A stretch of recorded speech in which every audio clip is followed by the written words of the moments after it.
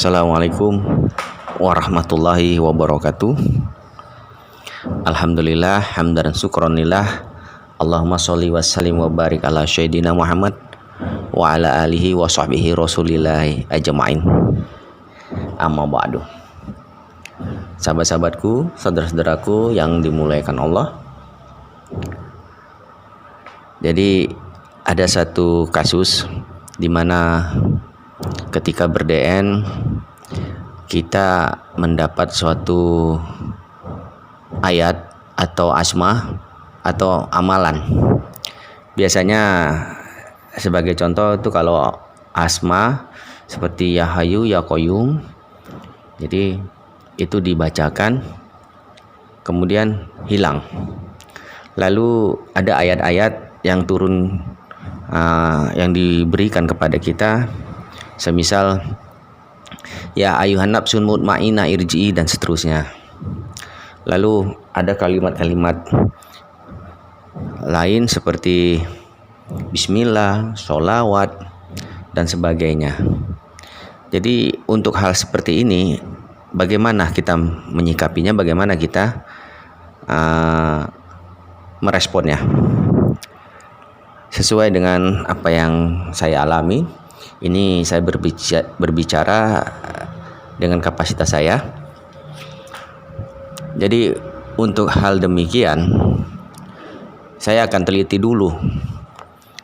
Saya buka dulu ini, saya cari dulu dalilnya, saya cari dulu ayat-ayatnya yang ada di dalam Al-Quran. Apakah ini benar? Apakah ini suatu petunjuk? Kadang-kadang, nah ini di sini dia jebakan iblis ini sangat-sangat halus. Diberikan ini amalan, kita langsung terima. Nah, diberikan ini, jadi mungkin kita berpendapat. Nah inilah kadang nafsu kita mulai bekerja. Tadinya kita zikir Allahu Allah, sekarang berubah. Ya hayu ya qayyum, ya hayu ya qayyum. Nah, karena apa? Menganggap sudah ditukar zikirnya. Ini bisa terjadi. Dan kita tidak paham bagaimana maksud zikir ya hayu ya qayyum. Bagaimana mewiridkannya? Manfaatnya apa? Tujuannya kemana? Kan di situ tidak dijelaskan. Nah, jadi sebagaimana contoh kita makan, apabila kita diberi seseorang makan, kita dipaksa makan, bagaimana perasaan kita? Akal kita kan harus kita pakai, pikiran kita kan harus jalan. Jadi jangan sementang-mentang ini kita berspiritual, ketika ada sesuatu yang diberikan sama kita, oh ini sudah ilham, ini datang dari Allah. Benar, semuanya itu datang dari Allah. Tetapi ingat, Allah memberikan dua jalan kepada manusia, jalan takwa dan jalan kefasikan. Seakan-akan dia baik tetapi menuju kefasikan. Ini yang harus kita hindari, ini yang harus kita cermatin. Jadi saudara-saudaraku, sahabat-sahabatku yang dimuliakan Allah, di waktu kita bertemu dengan seseorang, di waktu ada sesosok yang menyebutkan amalan sesuatu ini dan itu, biarkan saja dulu. Kemudian tanyakan kepada orang yang ahli, ini maksudnya bagaimana? Nah, kemudian ditafakurin. Nah, kadang-kadang begitu kan memang. Setelah kita mendapat amalan baru, mungkin energi zikir yang mungkin selama ini kita kerjakan, ini akan mengganggu di sekeliling kita. Ini akan memprivasi di sekeliling kita. Sehingga bisikan itu datang agar diganti begitu. Dan ini pengalaman saya sendiri. Jadi saudara-saudaraku, begitulah kadang-kadang kita menganggap ini dari wali, ini dari keturunanku. Lah, keturunan kita itu kan sudah di sana gitu, sudah di alam barzah insya Allah. Nah, sudah digenggam jiwanya sama Allah. Jadi ngapain lagi keluyuran untuk menyampaikan ini, menyampaikan itu. Nah, bisa jadi dari golongan jin yang mengganggu kita, dari setan belek, setan engklek dan sebagainya. Setan kan tidak akan tenang kalau kita lagi berzikir. Setan kan nggak suka kalau kita lagi berzikir. Nah, disitulah dimana kita ketika kita dalam keadaan tidak sadar Allah, kita tidak tersambung pada Allah, kita melihat setan-setan berkeliaran di sekeliling kita. Maksud saya itu sifat-sifat setan itu yang ada pada diri manusia. Sekarang kita bisa lihat kejadian di alam dunia ini, di zaman sekarang ini. Nah, ketika kita duduk berzikir, setan-setan itu melihat kita. Setan-setan itu, iblis-iblis itu mencoba menggoda kita, memasuk bagaimana caranya. Jadi kalau dia imannya hanya setipis kulit ari, ya mungkin amarahnya yang dihembuskan. Nah, kalau makomnya sudah mulai naik, iman kita sudah mulai tebal, nggak akan mungkin secara frontal, pasti dengan halus.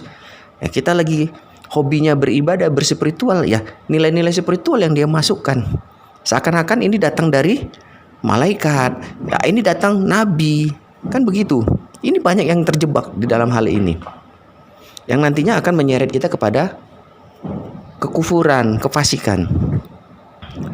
Saya tidak menganggap itu semua adalah daripada perbuatan iblis, tetapi hati nurani itu kan memang tidak bisa dibohongi. Dia akan cepat membaca, dia akan cepat mengolah, akal bekerja, pikiran menjalankan. Jadi itu jangan semerta-merta kita terima bulat-bulat. Maksud saya di sini, ditapakuri dulu, tanyakan dulu kepada yang ahlinya. Nah, manfaatnya bagaimana? Biasanya kalau saya dulu itu datang satu sosok, dia bertanya kepada saya, kemana arahmu? Ilahi anta maksudi, waridoka matlubi. Nah, dia kasih ungkapan, kerjakan ini, matikan ini, hidupkan ini. Nah, seperti itu kira-kira contohnya. Dan itu lama sekali saya baru bisa pahami. Dan itu saya tanyakan beberapa guru, dan mereka senyum-senyum, jalankan ini, jalankan ini. Nah, ada beberapa kali yang saya baru sadari, ternyata saya menjalankan keilmuannya. Artinya apa? Silsilahnya dari dia. Nah, ketika kita selalu bertawasul kepada beliau, kepada guru kita, nah ilmu-ilmu itu turun. Nah, mereka mengajarkan itu. Nah, seperti itulah kira-kira contohnya. Jadi kalau ada yang datang, cuk, amalkan ini cuk, nanti engkau dapat ini, dapat ini. Cuk, lihat ini begini, cah bagus, dan bagus, segala macam. Nah, datang lagi yang sosok jubah. Biarkan mereka mengucapkan salam 3 kali. Nah, wajib kita menjawab salam. Ketika sudah 3 kali dia menyampaikan salam, kita jawab. Nah, hanya seperlunya saja. Nah, kalau diajak ngobrol berarti kita ngerumpi di dalam perjalanan, lalai kita dalam tujuan kita. Jadi tidak lagi ilahi anta maksudi. Nah, jadinya marilah kita mengobrol di sini. Kan sudah beda maknanya. Nah, ini hati-hati untuk para pengamal spiritual. Pengalaman-pengalaman seperti ini kita ambil sisi baiknya saja. Jangan cepat puas, jangan bangga dengan sesuatu hal yang seperti itu. Ya, semua itu kita kembalikan lagi kepada Allah. Ya, namanya kita diperjalankan, berarti kan kita ngikut, bukan sesuka hati kita. Di sini kuncinya. Sebagaimana Rasulullah Isra Mi'raj, kan dia tidak kepingin ke sana dan kemari, dibawa Jibril naik ke Sidratul Muntaha sesuai dengan perintah Allah. Ketika ada sesuatu, Jibril tunjukkan, diperlihatkan Rasulullah neraka, surga, dan kejadian-kejadiannya. Nah, di situ dia bertanya, "Hai Jibril, ini apa maksudnya? Ini apa maksudnya?" Kan ditanya kan, siapa yang membawa? Nah, begitulah juga perjalanan kita. Jadi jangan sampai kita terjebak dengan halusnya godaan-godaan, bisikan-bisikan yang seakan-akan memang benar, tujuannya benar, ayatnya benar, hadisnya benar, tetapi arahnya kemana tidak dijelaskan. Ini yang membuat kita terpeleset. Ingat titian sirotol mustaqim, halus bagai rambut dibelah 7. Bagaimana helai rambut yang sudah begitu halus dibelah lagi 7. Ini maknanya adalah halus dengan yang sangat halus, rahasia di dalam rahasia. Jadi itu saja sahabat-sahabatku, saudara-saudaraku, semoga bermanfaat buat kita semua. Jadikan suatu pengalaman.